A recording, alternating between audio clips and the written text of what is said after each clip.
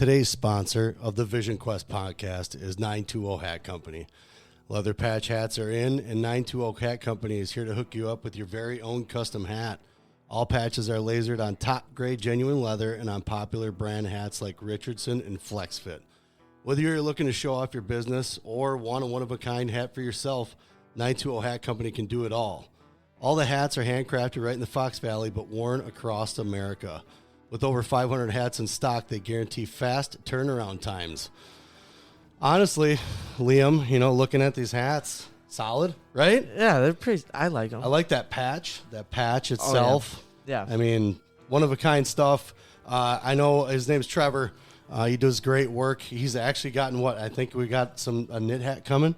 I think so, yeah. Yeah, we got that coming. So we're really excited to have these guys on board as a sponsor. So get down to check them out on Facebook. I believe they're on Instagram. Check them out, man. They got the best hats, I think, in the Fox Valley, if not in the state. Yes, sir. Yes, sir. So get down to 920 Hat Company on social media and check them out. Okay, ladies and gentlemen, special guest here, two-timer. I think you're the second two-timer. I think Lucas beat you. Lucas still beat you. But we have Mr. Scott Kluever in the house. Appreciate you coming in. You're a busy man right now. You have a lot going on. You have what is called the Cheesehead Invitational coming up. So I know you spoke to Teague a lot about some of the stuff as far as weights, guys, stuff like that. But I want to touch base a little bit more, and we'll dive a little bit more probably into the duel, because I wasn't even really familiar with the duel that you do until last year. And last year was the first year we started the duel. It was the first year? Yeah. Someone was making it sound like the second or third year, and I was like, I didn't even know about it before. So is this something that obviously you guys have put it out there, but is this something that you guys are getting spectators to, or people coming to see it? That's what we're working on, because you have the local teams all wrestling, but if you're really a fan of wrestling, yeah, you want to see good duels, that's why this one was created. Okay. So in creation, is it for, did the guys kind of say, hey, we'd like to get some warm-ups in before we wrestle the tournament? Are you willing to put a duel together for, is that kind of how it went out, or? Yeah, some of the coaches that were more of the nationally ranked teams said, hey, we want to wrestle each other in a duel setting also. Okay. So it came down to first, like Southeast Polk, the way their state tournaments are set up in Iowa. Yeah, they wrestle. They used to. It switched this year, but they used to wrestle team duels and then the individual tournament. So this mirrored what they did. And in Minnesota, they run the individual and team right together. So it makes sense for Simile to come up. Okay. And then Lockport jumped in last year, and we wanted a fourth team last year, and it just didn't work out. But this year, we got Desert Vista, Arizona jumping in. So what we're doing is we're just doing two duels. Okay. They don't want the third. They don't need the third because their kids are going to wrestle 7 matches over Friday and Saturday. Yeah, they'll get enough matches, and that's for sure. That's almost 10. That's almost 10 matches per kid. So yeah, that's tiring. So and they do it out. Some of the teams that went out to the Doc B were coming out early and doing duels out there. Okay. So I think that it's one of those things that for the teams that want to do it and they're traveling so far and spending that kind of money, they're coming in on Thursday anyway. Why not get some matches in and make some bang for their buck? So are those kids having to make weight then for that duel, or they just got to be? You have like a close one because that they're still trying to push to cut weight. Are you guys expecting them to be on weight for that duel? They have to be on weight. That's pretty cool. That's intense for those kids though. I mean, Liam's first double weigh-in was out in Minnesota. He's never had to do that before, so some of these kids will have quite the experience of. So will they be allowed then to just weight check, or do they gotta come in and weigh in too that next day, just like the rest of the team? Same as everybody else, just like all the teams that are dueling tomorrow night. Yeah, they got to make weight, and then they got to come back on Friday and Saturday and make weight. True. Yeah, we got Kimberly. So so you're gonna see that happen for a lot of teams. And it was funny. I was talking to the coach out at Blair, and when freshmen come into high school, a lot of them never have same day weigh-ins at the bigger national tournaments. Correct. They always weigh in the day before. So it's their first time weighing in, having to compete, and figuring out how their bodies adjust to it. Yeah. And now you're going in and you're weighing in and you're doing it back-to-back days. Yeah. Yeah, it's tough. Liam's not the same as every other kid because it's pretty close to weight anyway, so it wasn't too hard. But still, you weigh in that one day and then you go to the hotel, you got to eat something, so you really got to pay attention. So it's good to have good coaching staff too, to pay attention to what your athletes are doing because these guys they're still kids are in a hotel. Who knows what they got packed in their backpacks and stuff like that for extra food. So that'll be fun. I mean, I know I'll be off tomorrow, so I'll be here. I plan on going to watch. So what are the teams that you have in there this year? Okay. For the duel. For the duels? Yeah. We're going to have Lockport will wrestle Southeast Polk in the first round. Yep. And Desert Vista will wrestle Simile. Okay. And then in the second round, Desert Vista will wrestle Lockport. Mm-hmm. And our two nationally ranked teams, Simile and Southeast Polk, will lock heads. That'll be a fun one. And we're going to be running on 2 mats. It starts at 5:30 at Riverview Middle School. Okay. And it's going to be, if you can't make it live, it's going to be streamed on Illinois Mapman. Oh, the duels will be on Illinois Mapman as well. Yes. Okay, and that's on Rockfin. I don't know. Do those guys have any other spots though? Too. I know Illinois Mapmen aren't new. No. They have. Okay, that's where they have their live feeds like that are in Rockfin. Yep, okay. on Rockfin. Okay. And so when you guys do those feeds like that, as far as, and I'm not worried about paying and not paying that, we're not going to get into that. As far as the feeds like that, are they, is it per mat, one's on each mat kind of thing? Or do you guys have one specialized mat that you keep, or do they have cameras on every single mat? So for the duels, we'll have both mats. Okay. Will be going live. And for the tournament, all 12 mats will be going live. Wow. Okay. Well, you can't go wrong there. That's a lot of wrestling. It's actually a lot of good wrestling. I was just looking at some of the numbers you guys have for ranked wrestlers. Illinois, I think you had on there, Minnesota, and I think Wisconsin was the other one as far as quantity of teams that were coming to be able to put on there, right? Yeah, both the teams out of Colorado are ranked. Both the teams out of Arizona are ranked. Nebraska, Millard South. I mean, heck, they just took second at the Stampede.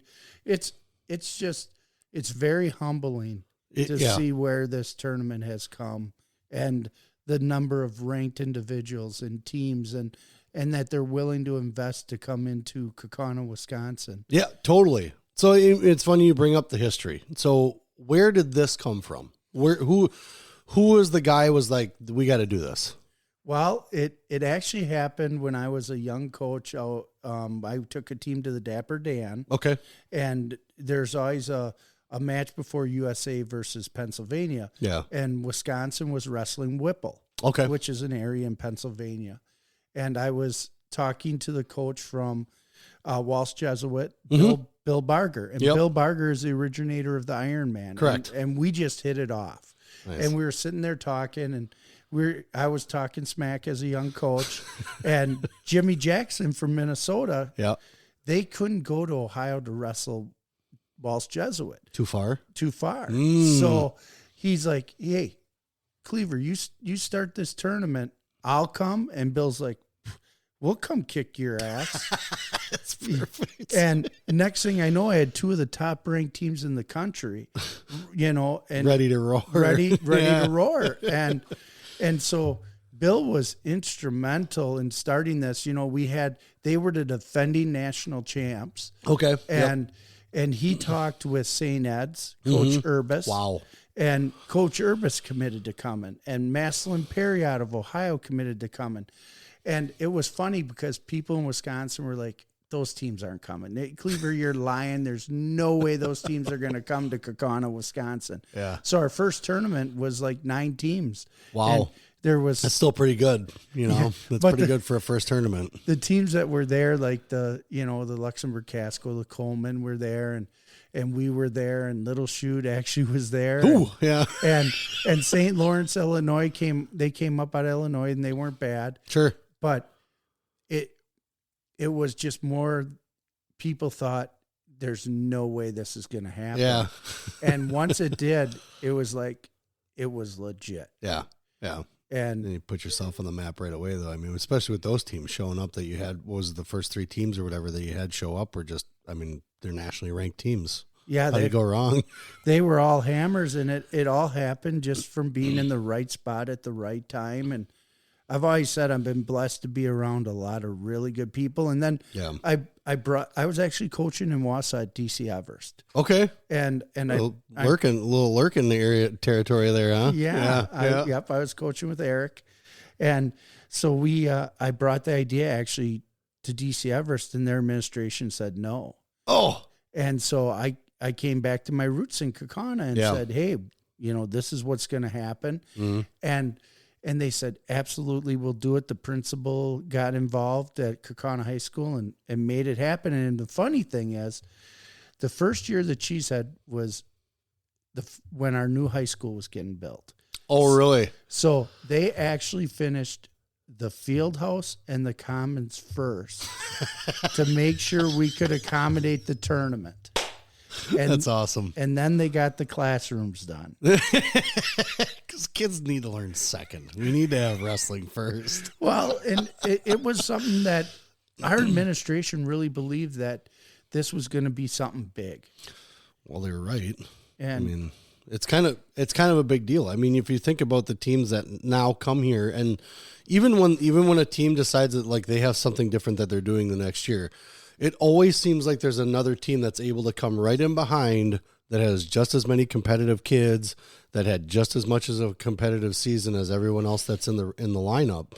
So it's always good to know that. I mean, I constantly get messages. Hey, you could contact with Kluever.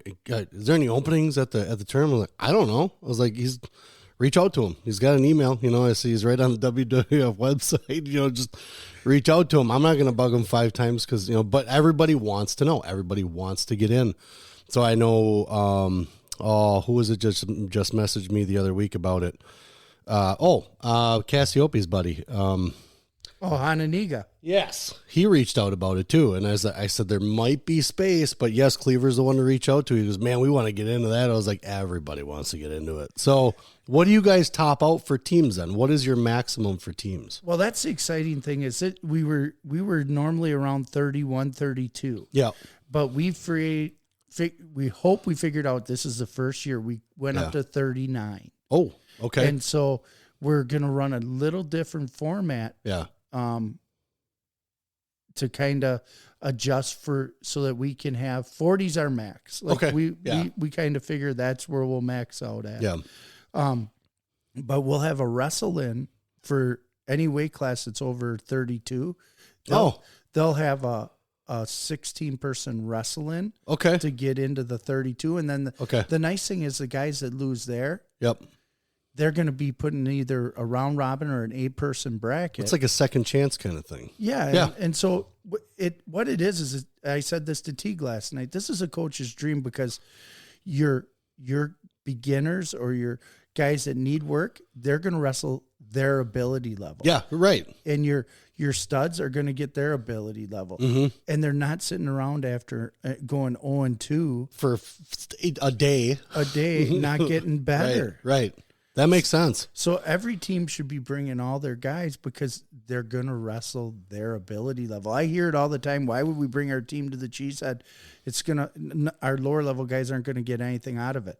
Well, you figured that out. Yeah, we've figured out how they do get something out of it, and get to be, how many guys that are 2-10 or 5-7 get to weigh in twice. Yeah, you need that because when Team State rolls around, they have to weigh in They're twice. Doing it. You know, So you got to think about number 10 through 14 just as much as you do about number 1 through 4. Very true. Very true. So, I mean, the first time I ever ran into the second chance was down at, I believe it was postseason nationals for Liam, was I think he won 2 and then lost 2 or something like that in the con season. Then they had the set, but I think he had to pay like an extra $20 or whatever, but we didn't care. But we put him in there. I was like, perfect. I was like, I don't want to be done yet. And he still kind of wants to wrestle. So it gives them an opportunity. But like you said, it also filters out where the kids then aren't going to be, now I got to face the number 3 guy. So they're going to be finding the guys that are like their ability, which is awesome. So yeah, you're right. The coaches then get the opportunity to work from the top down and really see where everybody's at after a good weekend of wrestling. Because it seems like almost every team is loaded. So just looking at some of the states and the rankings and stuff like that, and just the numbers next to names, it's 10 kids, 12 kids, 10 kids, 8 kids. Some had like 4 or 5, but then it was like another 10 kids, another 10 kids. Like, holy cow. So anybody that thinks that if number one, first of all, come to the gym. I'm going to tell you to come to the gym because the schools depend on it and programs depend on it. So go to a gym if you can get to a gym. But otherwise, this event is definitely worth, I would even say it's worth the $15.99 for the month of Rockfin with the amount of wrestling and the amount of ranked wrestlers that are going to be on there. With that being said, with some of the teams that have rolled through the Cheesehead, what are some of the most memorable? What are the ones? Who was the first one to win it? I didn't even go. St. Edwards. It was St. Edwards, the first one to win it? They won it, and they won the national title that year. So, who was on that team? Anybody in particular? Do you remember? Oh, they had a 2-time NCAA champion for Michigan. That was a complete stud. Metcalf? No, he wrestled at the University of Michigan. He was from St. Ed's and then won 2 NCAA titles in a row. Oh, really? I'm going to get his name out. Speaking of, I'm going to let everybody know there are going to be, I'm assuming you guys will have those. Ryan Bertine. Oh, really? Holy cow. That's a cool one to have around. So you said 9 teams in the first one. How much did you jump up in the second year? A few, like I think we were 15 or something. Oh, well, you doubled. You almost doubled. Yeah, that's pretty good. And we hung around, and then we kind of for about 5 years we stayed national. Yeah, and then it got really regionalized for a little bit, where we were, it was mainly just teams from Illinois, really, teams from Wisconsin, Apple Valley or Simile or Cass. I'm from Minnesota. Yeah, and then. I can't remember exactly the year, but Brandon came, and there was a year that Brandon came, mm-hmm. and that really helped him. And Montini was really good. Yeah. And so Brandon came up, and Brandon, when they traveled, because, there was the documentary, The Streak. Yep. Brandon had won all those duels in a row. Yep. So, and it was right during then. Yeah. And next thing you know, we started to. I was reaching out to Wyoming Seminary. Yeah. Coach Gordon was there then. Okay. And they committed. Mm-hmm. And the next thing you know, there was a year. The most memorable year for me is, we had the number 1 and 2. I think we had 7 of the top 10 teams in the country. It was one of those special years where we had Blair Academy, we had Wyoming Seminary, we had Apple Valley that ended up finishing number 1 in the country. Blair was number 2. We had Clovis, California that year. We had Brandon, Florida that year. It was the who's who of high school wrestling. Like, I'm sweating just thinking about it. Like, that must have been a grind that particular year, because I want to say all those teams. I can only probably remember like 2 or 3 of them, but I think out of all those teams you listed, they had probably the top 3 or top 10, most of the top 10 kids in the country on their teams.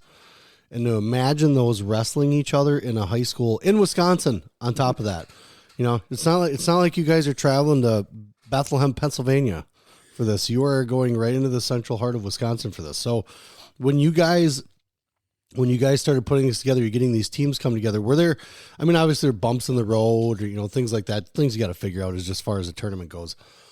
What was one of the biggest changes you guys made as this tournament evolved? What was the one thing where you're like, we've been doing this since day one, we can't do this anymore? What were things that you kind of started to strip away that made this better? The hybrid bracket system.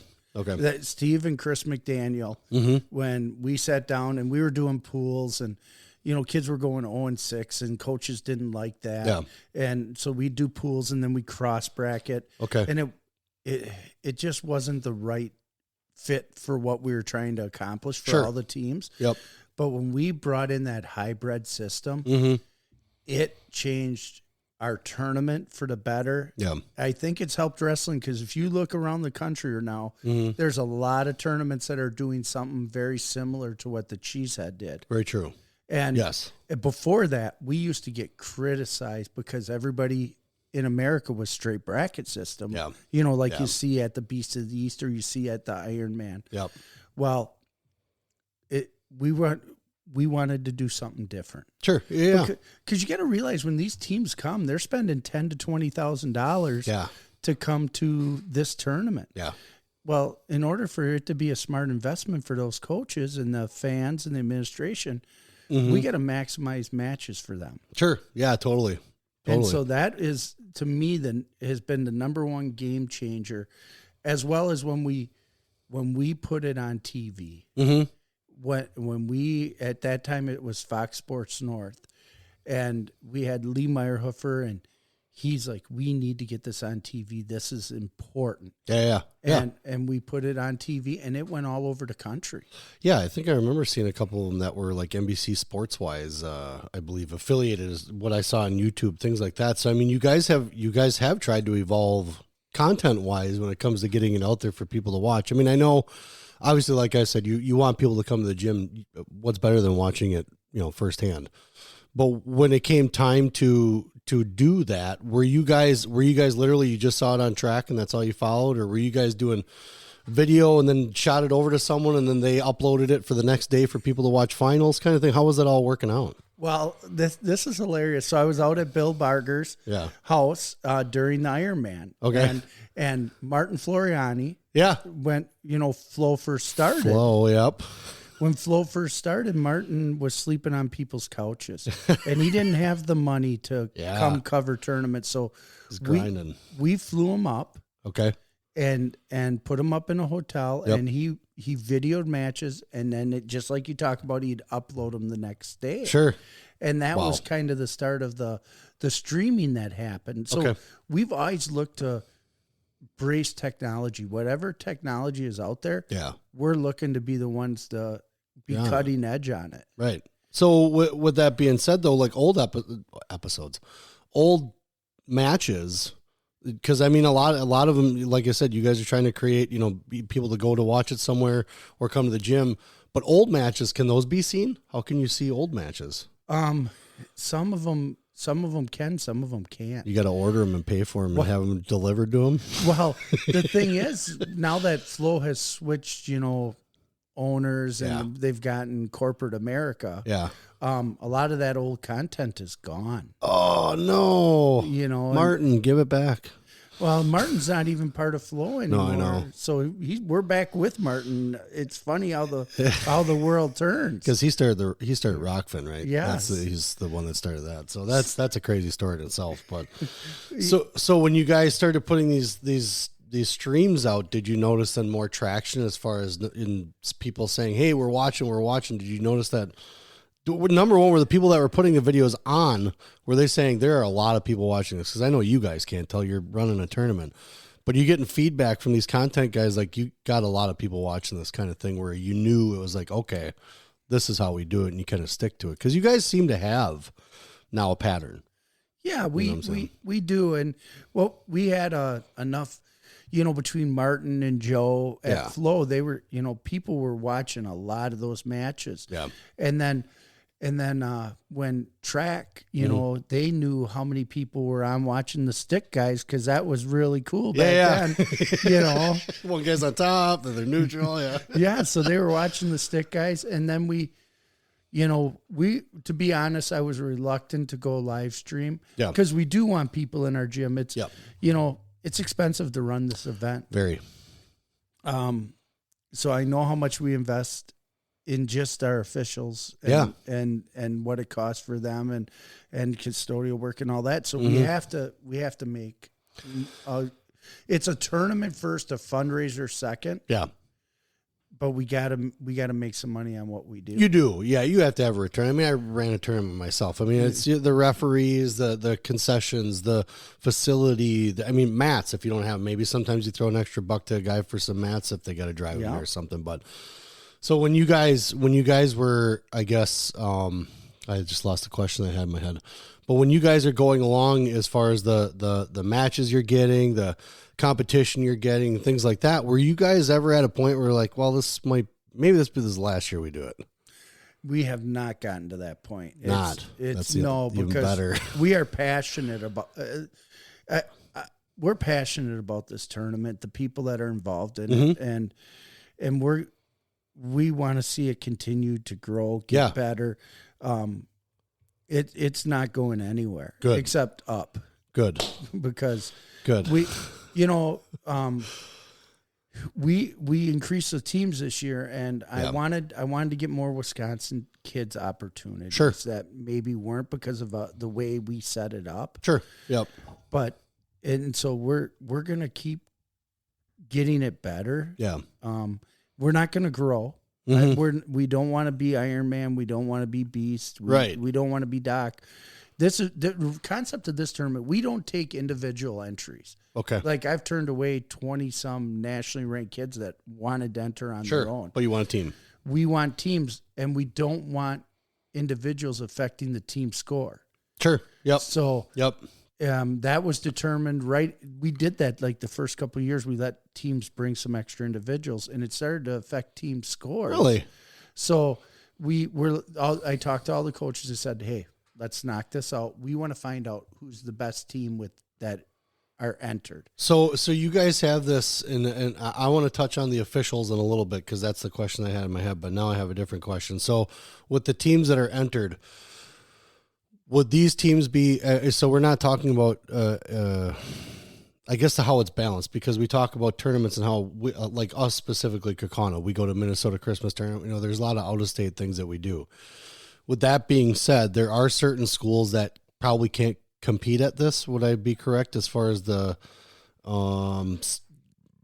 Wyoming seminaries, things like that? Are they now not allowed to because of a rule, WIA or whatever it is, NHSA rule? Yeah, we're not allowed to wrestle against prep schools. Okay. And that wasn't the case back when we traveled to the Iron Man, when we hosted, Sam and Blair. Yep.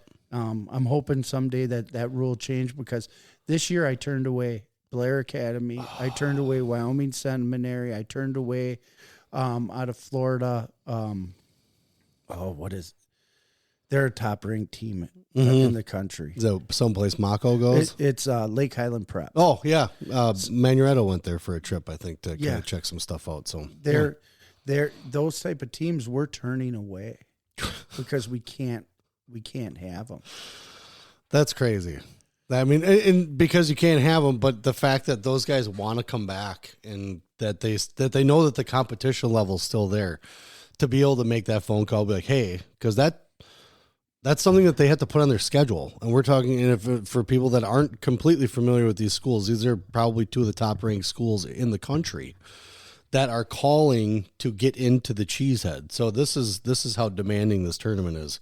So when you look at the lineups and you're like, oh, I don't know that kid, just because you don't know him, he's probably good. So with that being said, I was talking to Jamie Nelson about this a little bit once when we were over at the Minnesota Christmas tournament, noticing reffing differences. Each state's got their own rules with certain things, high school rules, things like that, what they follow. What do you guys follow for a standard for getting officials here? Because they're not all just Wisconsin referees, correct? No, we've rotated officials from several different states. Sure. Actually, I had a request from an official out of Utah looking to officiate, so I got to get back to him in the future. But, I'd look for top-level officials out of the Midwest mainly. Yeah. We'll have an official out of Arizona coming in. Okay. He's one of their best.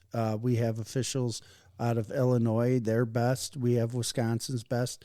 And we've had, some of the best from Minnesota. Yeah. Are you scouting referees? Are you watching matches? I do. When I'm traveling, I'm watching the officials just like I'm watching the wrestlers. Nice. And how their mannerisms are, how the flow of the match goes when they're officiating. Yeah. That is extremely important to me. And their ability to do their job without being distracted by coaches. Sure. Yeah. I pretty important. Yeah, it's extremely important. I can't have officials worrying about what the coaches are saying. True. Yeah, for me, because I'm not a ref. Obviously, I've yelled at refs, but as a ref, though, I mean, their main focus is just the safety of the wrestlers in the match at that point, right? First and foremost, safety of the wrestlers, and just be, the good officials know where to be. Sure. And I've watched enough good officials, guys I really, really respect. Yeah. That I'm looking for somebody that mirrors them. Okay. So you already have like a built, I guess, standard in your head of what you're looking for, and you're just watching a match, watching for all of it. Right. And they're human beings. They're not going to be perfect. And I understand that because I've officiated, and I know how hard it is to do their job. Yeah. And I mean, it kind of speaks to the low numbers that we have for referees. I mean, they're obviously people who are on the sides that see what a referee goes through or whatnot, but then they're not willing to go out and take the risks of being a referee. It's risky. I know Liam wants to try it, and I was like, good luck, buddy, because it takes patience. Well, and they're guys that love the sport. Yeah, totally. That's the other thing I look for. Are they passionate about the sport? Mm-hmm. Yeah. What are they doing to continue to get better? Yeah, totally. And so, like, thinking about, there's a couple of guys that we see a lot, like the freestyle Greco tournaments here in the state, and they're not necessarily from the state. Some of them will come from Illinois quick or something like that and drive up. But I do notice a lot of those guys they're not around folkstyle season. Yeah, there's some that just do freestyle and Greco. They do? Okay. I didn't know if there are guys that were picky about it or just that's what they preferred kind of thing, but. And there's some guys that just do folk style because, let's be honest, you need to have a mental break if you're working a hard, rigorous schedule. Yeah. And your better officials are. Yeah. Well, I'm sure they're called on it quite a bit. I mean, especially with the quality of refereeing they're doing. So they're just like the teams. If they're a top official, they're getting invited to the big time tournaments. Right. So speaking of teams, we'll get back into teams. The lineup this year is 39 teams. How many different states? 8 different states. That's our most ever. Okay. So now I know that with Arizona, we have a connection with Arizona, correct? Yes. Bob Callison, coach at Castile, he first came out he coached at Mountain View. Oh, okay. Yeah. And he is originally from Kewaskum, Wisconsin. Mm-hmm. So Bob brought his team out here a little while ago, and then David Gonzalez, he's with Desert Vista, and he's their state chairman for their USA program. And I happen to sit on some committees with Dave. Yeah.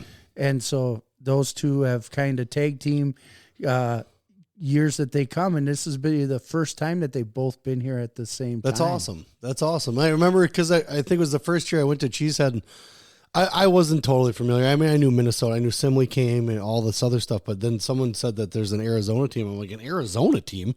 How do they know about this? But then learning more about the history, I mean, you're not just in touch with important teams, you're in touch with important people. So you like you just mentioned, the gentleman out of Arizona. You sat on a few committees with him. With that being said, I mean that's a big advantage. I mean to being able to get these good teams to come here, to be able to communicate. This is what's going on, and not have. So as a content creator, I can tell you that we probably will spend thousands of dollars trying to advertise whatever we're doing. Right? I mean, in a year. So that's a big thing to be able to get that word out with important people, not just a dude that's a coach, but you got guys that are in charge of other committees and things like that in other states. That's pretty big. So how is that just through the years of wrestling? I mean, did some of these people make their way to the tournament too and just come to, hey, we heard about it, wanted to see it, and they just came and watched? Well, what it is word of mouth is everything. It is. And like when Wyoming Seminary came out, they trusted me. Sure. Yeah. And then the next thing you know, the prep nationals were happening. Coach Gordon was looking at Coach Buxton. He's like, man, this tournament in Wisconsin that Kluever runs. Yeah. Because I had been talking to Buxton. Yeah. And he's like, you got to see it. It's first class. It's run. Everything's on time. Yep. And next thing you know, Buxton gave us a shot because Gordon told him to. Nice. That's good. Yeah. When coaches leave and talk to other coaches about their experience. Yeah. that is your biggest selling point. Okay. And so I have people I talk to, but I also tell them, go talk to this coach or go talk to that coach. Yeah. Don't just trust me. Yeah. Talk to the ones that have been here. Well, you put the work in now, and it kind of proves itself. So, I mean, I think that's the biggest thing. And I mean, if anybody's heard about any of the teams or even just watching some of the matches that have come through here, I mean, you've had Mark Hall here, and those guys have come to Apple Valley, stuff like that. You've had a lot of really great wrestlers come through this tournament. So it's not to say that's lacking talent whatsoever, but it's something else that you just mentioned. Number one, you guys start on time. I can't even, as a parent of a wrestler, I can't even explain to you how appreciative that is. Starting on time is awesome. You guys have quite the concession epidemic going on at that place too. Once this whole tournament starts, and I only know because we help a little bit, but when I saw it the first year and we walked in, I'm like, there's a lot of shit in here. They have a lot of food, but you guys, so this community is rare. This Kaukauna community is very rare. It's a wrestling community. I mean, you have other sports. It's not to say that the football team is anything less or anything like that, but the community around here seems to wrap itself around the wrestling program and what's going on with the tournament. I have people at work that one of them lives here, but she is well aware of this tournament. She's like, oh, I know. And I was like, I'm probably going to need off for it because we got to help a little bit, She's like, not a problem. Don't even worry about it. And I was like, you know the Cheesehead? She goes, do I know the Cheesehead? So there's people that don't even have kids that are in wrestling or anything like that know of it and know that, either they need help with it or they know that the community really gets around it. So was this an instant thing? Like once you brought this into town and people saw it and things like that, I mean, was it just instantly where people were like, yes, this is awesome. We want to keep doing this, or was it something that took a couple of years to get some traction? Not every tournament, has wheels right away, but I think there was a certain amount of people that it started right away with, and then we had to sell it to other people. Okay. And as it grew and as we became consistent, it really, the community embraced it. Yeah. And Kaukauna loves sports. Yes. Like they love our sports, and you can tell it by the facilities at our high school. Totally. And it's not just wrestling. We have a beautiful football field, beautiful softball field, baseball, tennis. Soccer is awesome. Yes. So they love their sports, and now we brought something to town that, doesn't happen anywhere else in any other sport in Wisconsin. Nowhere.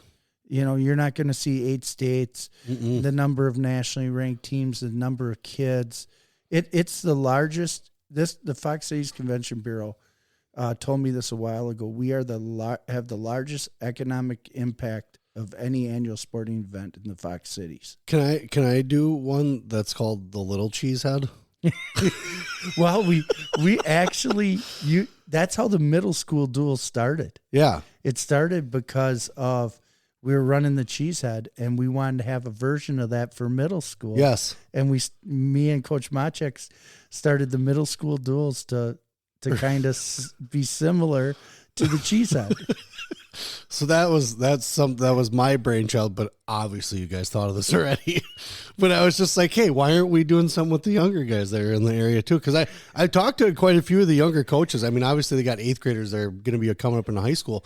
Like, man, it would be really great to have something for the kids to come up and do. So since the parents are there with their kids already, they could just bring the younger one up. And I was like, it's kind of the same concept I had with the other tournament I did, because there's already the one tournament going on. So I was kind of a thought I had in my head. I was like, why don't we do something called the Little Cheesehead? Then we got WI Wrestle, Jacob and RQ doing the big cheese and little cheese. So that maybe that kind of compares a little bit. We just have this Cheesehead thing going with tournaments. But I think it'd be kind of cool to have something for the younger guys coming up, but that's later. So with some of the teams, what are the ranking of some, like the highest ranking teams that are coming in? Do you know?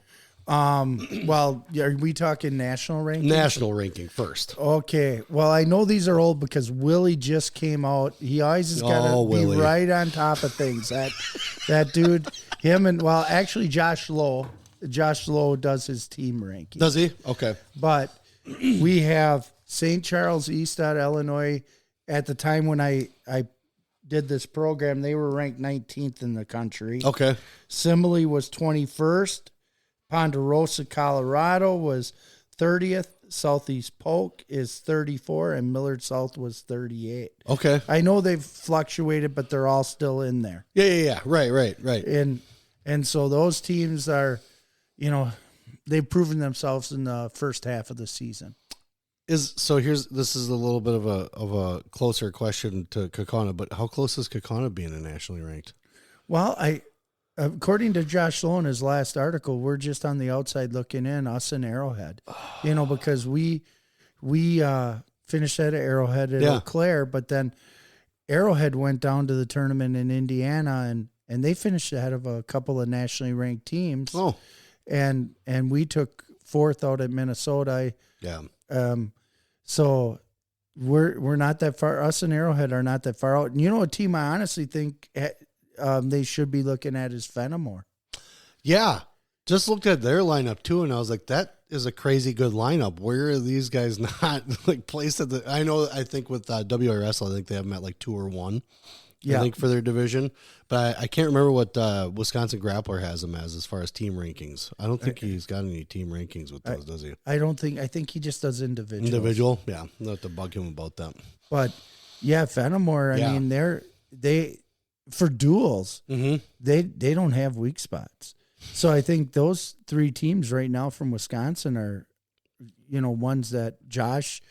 Depending on what happens this weekend, you might see one of those guys end up in the mix. Okay. All right. Well, that's exciting. That's again, with a lot of young parents and stuff like that are kind of fresh to the system. I mean, this is some pretty big names as far as these guys that are going to be around. I mean, the Colorado team, what is one of the big guys out of their team?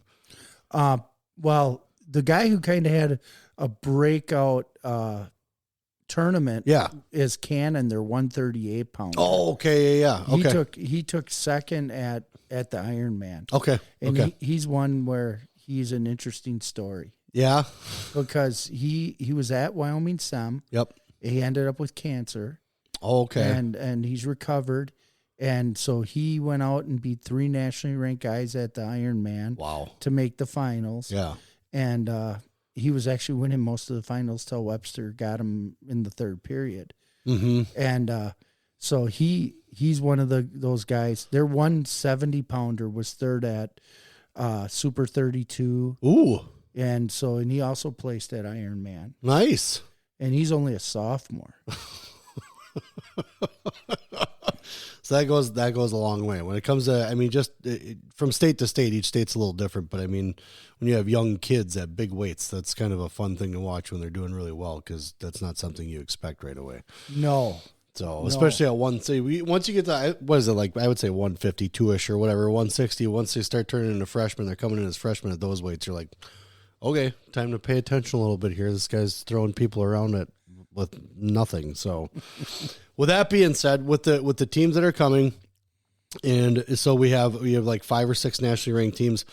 How many Wisconsin ranked teams are there? I think there 20. Yeah, looking on here, we have, what is it? 1, 2, 3, 4, 5, 6, 7, 8. I think we have 8 of the Wisconsin teams are ranked, but I mean, out of our 39 teams, 27 of them are ranked in their state. Nice.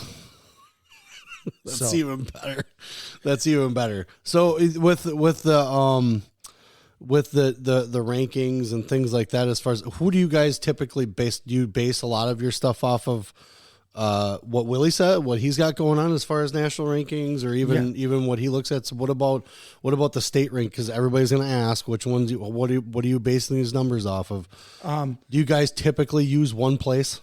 Yeah, well, for state rankings, we'll use Illinois Map Man, Arizona Wrestle, the Guillotine, Missouri Wrestling, Kansas Wrestling. Sure. We have sites that we go to that have earned the right to we trust them. Sure. They've been pretty consistent. Yep. And then for national rankings, we go with Willie. Okay. I trust Willie's rankings. He does a really good job. For sure. Well, he's been doing it forever too. Yeah. Yeah. Yep. And actually before Willie, there was a guy by the name of Bob Prusy. I remember that name. Yeah. Back in the day. And he's the one that named this tournament. Oh, really? He did. We were sitting around a campfire at Bill Barger's house, and we were trying to figure out a name for the tournament. Yeah. And he looks at me, and I brought some brats along, so we're having a brat and stuff. And he looks at me and he goes, during the Packer game, you guys are all sitting in the stands. What are those things you wear on your head? And I said, a cheesehead? And he goes, that's the name of your tournament. That's it. He goes, because everybody will relate it to being in Wisconsin, because everybody that watches the Packers knows that. And so Bob Prusy named our tournament. That's pretty awesome. That's cool. That's the whole reason having you here is kind of get the history of stuff, like the beginnings, because and I get a lot of questions about it now that we're here. They're like, oh, what is this? How come this? And I don't know. I just don't know. I don't pull up every website. I don't try to stalk every person's page and things like that. But with the history, and I mean, so many names that you've mentioned already that are behind either helping this tournament or just kind of brainstorming about the tournament. How many of those guys still come back every year and help? We have a good core of people that come back every year and help. Obviously, Bob and Bill live in Ohio. So okay. Sure. And so they can't come, but they'll always be here. They just, I'm sure they're paying attention. Yeah. They just can't come, Yeah. But John Moore has been here since the beginning. Stephen and McDaniel have been here since the beginning. Yep. They're hardcore. My brother Jeff has been with it since the beginning, and but the first year of the tournament, there was no track wrestling. So we had to handwrite bouts, and so my wife sat in a school with me for 8 hours. Oh my God! Handwriting every bout sheet for the tournament. And so we made it through 25 years of this tournament together, and we're still married. See that wooden trophy right there? That's a wife and I special right there of I don't know how many we did, 80 of those things that was staining and then lacquering all night long together for 5-6 nights in a row. We're lucky we're still together after all that. But yes, I agree. That is a long time to be dealing with such an event of this size, and not have any kind of separation at some point. It's hard. So with that being said, with how hard it is and the stuff that you guys go through, I mean, how far in advance are you prepping for this? Obviously, once it's done, you're probably just making contacts to say, hey, you guys going to come back? You want to come back? What is the process? Is this a 2-month process from the get-go to get this all prepared and ready to go? Or is it one of those things where you can just kind of trudge all year and try to get something done here and there? We evaluate. So the day that the tournament's over, we ask that Sunday, hey, everybody chill out. Yep. But take notes during the tournament. Okay. Of what you like, what you don't like. All our people that are in charge of different areas. Sure. Yep. And then we'll get together probably 2-3 weeks after the tournament and evaluate how the tournament went. Okay. And then we look at those evaluations. That's kind of the first stage. Okay. And then I'll start talking with teams that are currently here.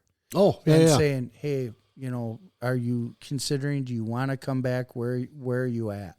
Because I need to know, because after the Wisconsin high school dual state is when I really look to bring in new teams, because all the state tournaments are done. Yep. I kind of know what teams have coming back from all over the country. Yep. And so I'll scour that and start talking to new teams. Okay. If teams aren't coming back. Yeah. What do you guys think of, especially with this year? What do you guys think of possibly?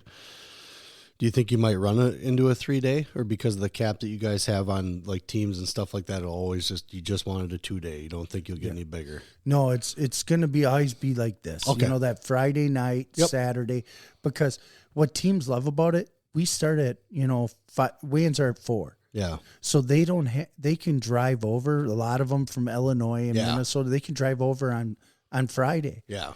And then they have a hotel stay Saturday or Friday night. Saturday, our finals are done by 7 at night, so that they get one night hotel stay. Yeah, right. And in the budget era that we're in now, most of them are paying for their own stuff. Yes, they appreciate that we try to keep their costs down. Sure. Yeah. And the front side of the tournament never changes. We know exactly how that's going to run. Okay. Because it doesn't matter. Adding more teams doesn't change it. Right. And it changes the backside very minimally. Mm-hmm. The only thing it adds is, like you said, that second piece of competition for kids that, maybe just didn't make it the first, maybe even second day, part of the second day or whatever. Is that when it happens then? Is the second day, that second chance? Portion? Part of it'll start on Friday. Okay. But the goal is to have every kid weigh in on Saturday morning. Okay. Yeah. Because coaches want that. They want their kids to see what it's like to have to make weight twice. Sure. Well, and I mean, it's probably a little more gratifying to a coach too. I mean, even after a kid takes a second loss, to be able to turn around and be like, hey, stay ready. Like, you're not done yet. There's more on the other side. So, I mean, that goes a long way when it comes to competition, because I know I wouldn't want to be done after 2 matches. I've been to North Carolina doing that, where we went 0-2 twice. 16 hours at a tournament, drive for a tournament. And so being able to, especially with your school, especially with your dual team and your teammates, and not having to hang around and just kind of being bummed out, you get an opportunity to bring that back. So that's always nice. When you guys get this going, where can people, where should they be coming in? Because I know sometimes people, they think the back, the front, they come in the front of the school. Well, how much is it to get in? It's $35 to come for the weekend. Okay. And it's right on our website. If people go on to cheeseheadwrestling.com. Okay. Yep. You can pre-order tickets. Oh. And it's a discounted rate. Okay. And so you can go right to cheeseheadwrestling.com to buy your tickets. It'll get you in quicker. And it gets you a discounted rate. Okay. They should be coming in the front right through our commons area. Yep. We'll have our T-shirt vendors there for people to see. Nice. Like you said, we have a concession stand that, people don't need to leave our gym to find good food. Sure. And that's something like me and my wife talk about when we go to tournaments. All the time. We want more than a hamburger. Yes. And a hot dog. Yep. I was just down at Southern Scuffle, and I went to the concession stand, and it was either a hot dog or pizza. Yeah. And the same thing in Iowa. It's like, what's with this hot dog and pizza garbage? Put some fruit and something else out like you guys have. Have some healthy options for families, and keep it family priced. Yeah. And I think we've done a good job of that, because we know what it's like to travel to other places. Yeah. Well, and I'm going to go ahead and plug your hot dogs right away, because I walked up to the concession stands, and I'm pretty sure you guys use the same hot dogs as the Beck's ones, right? Where do you get the hot dogs from? I believe they're out of Hanes. Okay, Hanes. It doesn't matter. Either way, they both have good meats, but they get them out of Hanes. And I was like, a $2 hot dog. Like, what are you talking about? So then I get these $2 hot dogs. I got 2 of them. I was like, I don't care. I'm hungry. And the bun was soft. I appreciated that. It wasn't hard and crusted. And then I noticed it was a little bit longer, but I was like, all right, whatever. And I took a bite out of it. It is not your normal hot dog. That is some of the best meat I've ever had in a hot dog on the planet. And I know Bill Peters, shout out to Bill Peters, Lucas Peters' dad. He is a hot dog connoisseur, and we had a conversation about those hot dogs. He's like, actually, they're number 3, I believe, on my list of all-time best hot dogs at a wrestling tournament. So it's the little things that we look for when we go to tournaments now, because we're not really worried about coaching our kids anymore. So you guys have some of the best food there. I mean, you guys shop locally for your stuff to bring the food in too. So that's another big thing. I think a lot of people miss the fact that we're a small sport. We're a poor sport on top of that, and we're getting bigger, and programs are building more as far as money and being able to bring in more for the kids. You guys can bring in clinicians and things like that, but you guys do a good job with reaching out to the community for stuff as far as what you need. If it's something that's closer, I mean, who wants to drive a half hour to go get something if you need it? You might as well try and source it out as close as possible. Absolutely. Pagoni's, that's that's right. A local pizza place in town here. Yep. We actually cater through them for our coach's meal. Oh yeah, guys, got pizzas. They got pizza. They got pasta. All kinds of stuff. Right. He does a great job. Nice. We try to help our local community, because they're the ones that they're promoting in our program and helping, and so I know. When the tournament's done, there's a lot of local establishments that'd be happy to have wrestling fans in their establishments. So that's the funny thing you mentioned that. This is probably the first town I've been to that has the state tournament at their bars. That has literally their so if anybody's in the Kaukauna area and you happen to be missing wrestling around state time, so I know this is about Cheesehead, but please come to Kaukauna. They are going to have it on the television in almost every bar in town, and I guarantee you, because I've been to almost every one while state was on. So it's really cool how you guys kind of have gathered around the sport and the streaming to the presentation to everything else with the teams that you guys have drawn. Have they said that we want to do something like this in our hometown? Have you noticed any of the coaches trying to create something like it? There's coaches that have approached me and said, we want to run something like it. And they've picked my brain, and it's kind of cool that some have tried it. Sure. Yeah. But it's hard to run a national event. It is. It is. You can call it a national event if you want to, but if you're truly making it national, it's not easy to do. No, it takes a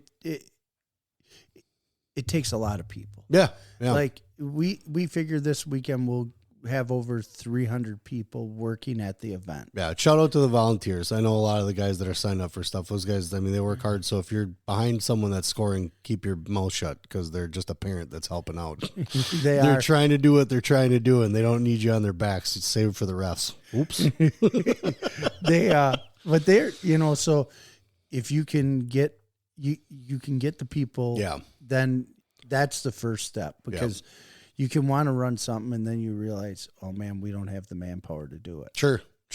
So the other question I totally forgot to bring up here, when would there possibly be a girls division? We're not sure. I just don't. Right now, we do not have a facility large enough to run a women's division. Have a whole separate. Okay. Because we only have so much room in our facility. Yep.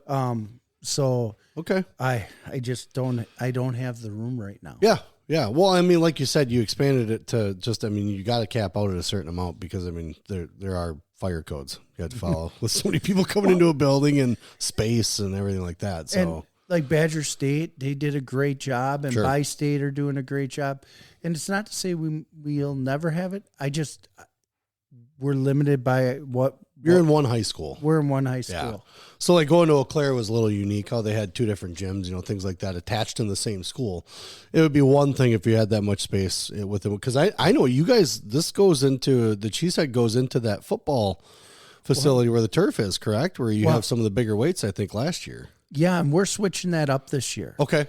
So this year we're going to have 10 mats in the field house. Okay. Wow. And we'll have 2 mats in our auxiliary gym. Oh. And that's normally where we have the teams prep. Okay. But now we're moving them into the turf room. Yeah. Okay. And because when you have 39 teams, you got all those kids, they need a place we don't have enough locker room space. Mm-hmm. So we need an area for 39 teams kids. Yep. And so we're going to use that turf area. And what it does is it allows us to have better viewing for our fans, being in the bleachers in the auxiliary gym. Yep. And then with the 10 mats going in the main gym, there's that extra 2 mats, people can see more wrestling in the main gym. Well, and plus you're giving the kids space too. I mean, because just talking to Jamie at the Minnesota tournament, how the teams had the upper level. That was their area. You're giving the kids a place where they can go, team-wise, go decompress or, relax or whatever before their next matches. So, I mean, space is crucial. I mean, you want to have that for just in general comfortable ability for the teams. And I guess the spectators they're going to do what they're going to do. Obviously, your focus are the teams, because those are the guys are what bring the spectators. So you got to really cater to those guys. Yeah, that's another thing that really separates this tournament from a lot of them is we thought what's going to make it fun for the fans. Sure. Yep. So if you go into our field house, when you sit down, if you look to the middle, we have screens with the bout sheets going on both sides of the gym. So you never need to leave your seat to wonder who's on mat 1, who's on mat 8. It's like a mini NCAA. Yeah. And then on the end, and we have more on the end on both sides. Yeah. So we want people to not have to run around to find out where their kids are wrestling. Yeah. And you might be watching some match and, it's not singlets you see every day. Sure, yeah. So you look up, where's that kid from? You can look right up. Oh, he's from Desert Vista, Arizona. Okay. Yeah. Nice. Nice. So you got it. That's things about embracing technology. Yeah. When you go out to go have a bite in the concession stand, in our commons on all the TVs will be bout boards running, so you know who's coming up and what's happening in the matches. Like, it's little things like that. Oh yeah, that for make sure. a huge difference. So just and not to pick on Claire or anything like that, but like you could hear people like, oh, there's only one screen here. There's only one screen here. I have to go all the way over here for this screen. It's not just the one tournament, but you hear just little complaints here and there about not knowing where things are at. So having that accessibility, that information of knowing what's going on is a big deal. It's obviously if there's a lot of matches that I just watch for. And I'll miss them just because because let's face it, when you're at a wrestling tournament, what's the hardest thing you get? Phone reception. Mm-hmm. So trying to pull up track wrestling on your own, trying to pull up that bout board, it's nice to have that right there. Because otherwise you're searching for a half hour. And I'll tell you, we started this, Glenn Meyerhofer was really the guy that kind of got things going. Yeah. But our Twitter page. Like, that's big for you, huh? Yes. Because I don't see you guys anywhere else, and I was looking for all this other stuff, and everybody's sharing these Twitter posts. I'm like, they're only on Twitter? Yeah, and Austin is now our Twitter guy. Okay. And throughout the tournament, he's tweeting out, team scores. Yeah. And this matchup just happened, or this potential matchup happens. But then we also have our announcer, John, like, we'll feed him information like this guy's ranked number 1 and he's wrestling this guy who's ranked number 3 on mat 3. So we try to draw the attention to the big time matchups as they're happening, real time info before the finals. Yeah, right. Exactly. So that's pretty cool too. So you guys, you're not just engaging through, Rockfin or whatever it is with the streams. You're engaging on Twitter. Any type of social media you guys can get your hands on, you guys are putting it out there so people can see it. Yes. So with that being said, when you guys started out doing this, you didn't have track and things like that. But as time evolved, were you guys a little worried about, kind of apprehensive about the whole technology side of it? You just wanted to keep it kind of gritty, kind of, wrestling room, gym wrestling kind of thing, where you're like, we're not putting this out. We don't want to do that. This is just about wrestling. Well, we were a little bit with the live streaming because we were worried about people not coming. Sure. Yeah. And we were reluctant for a while, but then we said we're gonna do it. Yeah. And we did. And it went right along with the TV thing that we were already doing. Yeah. And we've seen, where people all over the country, when this tournament are going on, we can see who's following. Like the first tweet that Austin put out with the teams, within hours had 14,000 hits on it. Yeah. Like it's a lot. It's a lot. Yeah. And that was in a couple hours. I don't know where it's sitting today, but I know it's at a lot. I'm sure it's well over that by now. Well, you guys have built something. Like you said, it kind of started. And you didn't just start it like half-assed, where it was just like, let's start a wrestling tournament and see what happens, kind of call it fun, make a couple bucks. You guys had an intent, you had an intent of what you're going to do, and that vision has followed through. You can tell with the quality of teams, the quantity of teams, and plus the way that it's run. It's like you said, it's not run like the usual kind of tournament. You guys actually have taken the time to realize that, like you said, teams are coming from thousands of miles, or, they need to stay 2 nights. We need to make this worth their while kind of thing. So you guys really pay attention to the wrestling side of it, wrestling. But you also have the wherewithal. And plus you have, like you said, you have support. You guys have people on hand. You guys have people in the group that have either brought things up or brainstorming, bringing up different ideas to be able to get this out there. With this being one of the top, if not I would say one of the top high school, tournaments in the country, where do you guys see yourselves going from here? Do you see well, maybe it's not going to fit in the high school. Maybe we need to go someplace bigger, kind of thing. Or because like you said, room, there are ideas that you do have. Maybe that space doesn't allow it. Do you guys always kind of explore the other idea of maybe it has to be somewhere else? we have explored that idea, but what it comes back to is we want the fans on top of the kids. Yeah, sure. Yep. I want the fan experience, and I think the kids love it. They love it. They love it that group of people are right there cheering or booing, whatever they're doing. Yep. That is awesome. Every kid wants to wrestle in front of a packed house. They do. They don't get that experience very often. Nope. So when we can put them in that environment, that's why we do it. Yeah. And so we probably won't ever leave the high school unless another high school's built. Yeah.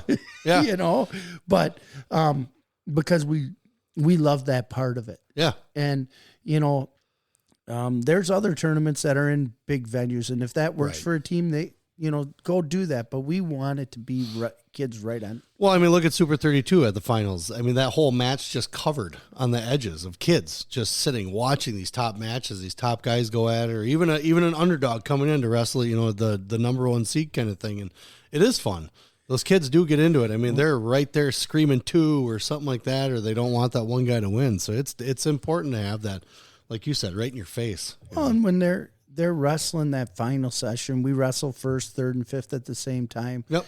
And when they can wrestle and there's not a seat to be found in the stands, that's fun. Yeah, totally. You know, because you're only going to get that experience in so many environments. Correct. You know, whether it's your state tournament, maybe one other tournament in high school too, and then in college if you're at one of the, you know, bigger Big Ten schools, or in Oklahoma State. And the only thing, and just from watching on video, the only thing I can compare it to is the Ironman.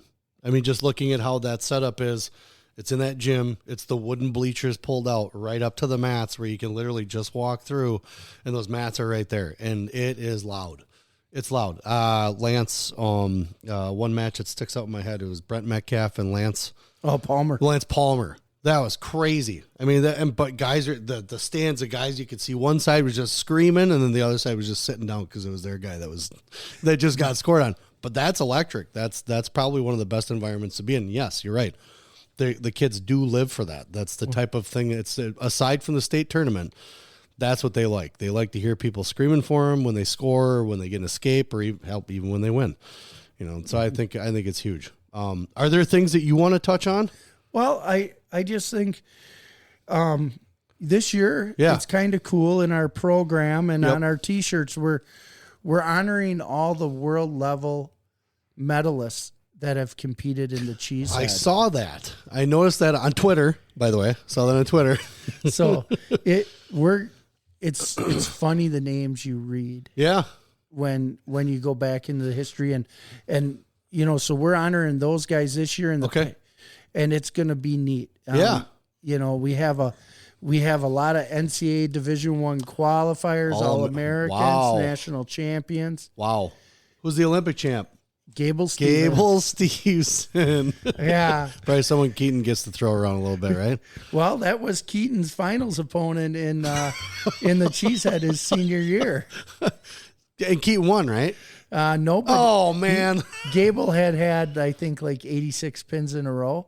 Really? And not Keaton? Not that time. He pinned him in Christmas tournament, but he didn't pin him at Cheesehead. That's pretty cool to be able to compete against that. That's pretty sweet. But that's a big list, man. That's a big list of accomplished guys. You look at guys like Alex Daringer and Joey McKenna and Gable Stevenson and Mark Hall and Greg Kirkfleet. Yep. You know, Jesus, Bo Nickel. Yeah. Yeah. You know, you're seeing Nolf had to have come through here then too, I think. Didn't Nolf come through? He didn't come here, huh? But Keegan O'Toole. Yes. Yeah. You know, champ. We had 3 world champs wrestling this year. Yes, you do. Yes, you do. So that'll be even more fun to watch.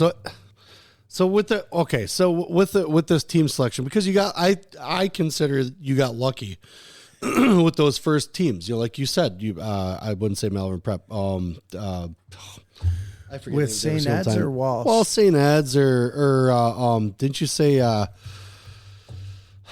forget these guys every single time. I think Bartosik goes there. Wyoming Seminary. Were they part of the first group? Did no. You say? But were these when you start getting those teams and stuff like that? Was that just those coaches connecting with those other coaches saying, hey, we went to this year. It was phenomenal. Was it that word of mouth thing that really worked with the coaches to get the teams coming? Yeah, it was a little bit of word of mouth. I used to have to call. Okay. Like when this tournament first started, I was a salesman. Okay. And I'd tell them this is what you're going to get. And I had to beg, borrow, and plead to get teams to come. I mean, I was selling my soul. Sure. To get them here. And we backed up what we said. Yeah. You know, you have. Yeah. And when we promise something, we're going to do it. As a group, we will make things happen. Yeah. Well, and like you said, you surround yourself from the beginning with guys that either know tournaments, they know how they should be run, they understand, how it should be smooth, how nationally ranked guys can wrestle and be competitive, and it doesn't look completely swayed. So, I mean, you have always had a good crew around you. How long can you run this? You. Well, I don't plan on quitting anytime soon. No? No. But I it was funny. I was talking with Keaton and Carly, and my kids have been part of this since, day one. Keaton was 8 months old when he came to the first Cheesehead. My daughter right now she organizes all the volunteers from the National Honor Society that work at the tournament. Like, okay. She does all that for the event. She works at the duels. Helping. Like, they know this tournament, and they're always wondering, well, when's it going to be our turn to run it, Dad? Yeah, that's what I was going to say. Are you kind of sitting around every once in a while? It's like, well, they could run it here. Maybe she could run it. I mean, is that kind of where you sit down once in a while? You're just kind of sitting at the head table. You don't have to mess around with the computer, and you're like, yeah, I guess my kids could run this. Or would you not want them to stress out about it and want someone else to take it over? I don't know. I want to keep doing it. I'm having fun doing it. I love doing it. Being around young kids keeps you young. So I don't feel old. I don't feel like there's any reason for me to stop because I'm completely passionate about it. Good. It's the same way we are here with what we're doing here. This is what we like doing. So, I mean, if you're good at something, why quit? Right. And if it's something, so it's funny. I had an interview with Coach Genrich. Probably one of the only dudes, and I give teachers a lot of credit because I am not a teacher. I couldn't. I'd be in prison. So with that being said, he's one of the lucky ones. He's doing something that he enjoys, right? So you're not just a part of just this, though. I mean, you have a lot of history with wrestling. So, I mean, it's not like you're just, Keaton Kluever's dad who kind of hangs out and, goes to wrestling duels once in a while. I mean, you've been dealing with coaching, your WWF. What's your title at WWF? State coach coordinator. So you do that. I mean, so you're busy. You're a busy dude. So, I mean, to be able to put down a tournament like this with the caliber that it is, it's not simple. So kudos to you for that, because it takes a lot of work. I've done one tournament, and that took a lot of work, so it's something that definitely to tip your hat to. Well, the one thing I learned, and you surround yourself with good people. And I'll tell you, we were smart when Jeff Jones is kind of the guru of pairing in America. Yep. He's the head pair of USA Wrestling. Yeah. And we got Jeff involved. And can't go wrong there. And so we got the best of the best. Yeah. Right? And so when you do that, it sets yourself up for success. Totally. And agree. And you got to surround yourself with people that are smart and they're good in certain areas, and let them run with it. Yep. Let them take control. Let them take ownership. And that's what we've done. Yeah, I'll say. Well, I'm not going to waste too much more of your time. You got stuff to do. You got schools to go to and talk to people. So we'll wrap it up there. Again, this is Coach Scott Kluever. I'll always call you. So a lot of you guys, I just put Coach whenever I say, hey, Coach. It's just Coach, because I was like, do I call him Scott? What can I not call him anymore? So it is Coach Scott Kluever in the house, the mastermind and brainchild of the Cheesehead. So you guys get to the gym, get to Kakana. The duels start this Thursday night. What time do the duels start at? 5:30. Start at 5:30. Get your asses in the gym and watch these teams wrestle, because they're some of the best in the country and some of the best wrestlers in the country. Then, after that, get your ass to the gym and watch the Cheesehead. If you got to watch it online, go to Illinois Matman and Rockfin, but otherwise get your butt to the gym and get your butt in there and watch it wrestling, because it's some of the best wrestling in the country. So I thank you, Coach, and we'll have you back on again. We're going to have you probably on for a wrap-up, I would think. That'd be awesome. See how things went. I know you got stuff with Teague, but we appreciate it. All of our episodes are brought to you by Appleton Tattoo, located at 117 South Appleton Street in Appleton, Wisconsin, right off the main drag on College Avenue. You can't miss them. I've had some work done. I have a Celtic cross that covers my back that was done by Jason. We're not done yet. Jason Winans and crew, the artists that he have there, those guys are the best in the Fox Valley. They are definitely one to go to if it's something that you've just been kind of throwing around. They'll make you feel comfortable.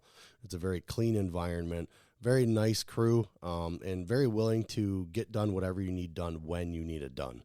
You can message them on Facebook. I know they're on Facebook. You can give them a call at 920-604-8289 and get in touch with Jason Winans and crew at Appleton Tattoo, located again in Appleton, Wisconsin at 117 South Appleton Street, right in Appleton. Very flexible hours, great crew, clean environment again. I would not send you anywhere else except for these guys. Appleton Tattoo.